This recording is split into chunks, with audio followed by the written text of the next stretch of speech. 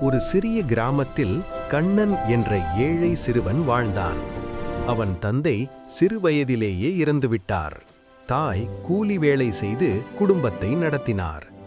வீட்டில் வசதி குறைந்தாலும் கண்ணனின் மனம் நல்லதாலும் நம்பிக்கையாலும் நிறைந்திருந்தது. தினமும் பள்ளிக்குச் சென்று காலை மாலையில் செய்தித்தாள் விநியோகம் செய்து தாய்க்கு உதவுவான்.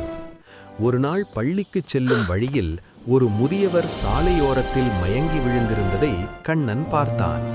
அவனுக்கு தாமதமாகிவிடும் என்றாலும் மனிதநேயம் அவனை தடுத்து நிறுத்தியது.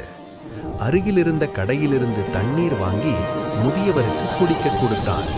பின்னர் சிலர் உதவியுடன் அவரை மருத்துவமனைக்கு அழைத்துச் சென்றான். அந்த நாள் பள்ளிக்குச் செல்ல முடியவில்லை. அடுத்த நாள் ஆசிரியர் காரணம் கேட்டபோது கண்ணன் உண்மையைச் சொன்னான். சில மாணவர்கள் அவனை கிண்டல் செய்தனர். ஏழையாயிருப்பதால் நேரம் வீணாக்குகிறான் என்றனர். கண்ணன் மனம் வருந்தினாலும் அவன் செய்தது தவறு இல்லை என்ற நம்பிக்கை அவனை தாங்கியது. சில நாட்களுக்குப் பிறகு பள்ளிக்கு பெரிய விருந்தினர் வந்தார். அவர் யாரென்றால் கண்ணன் உதவிய அந்த முதியவரே.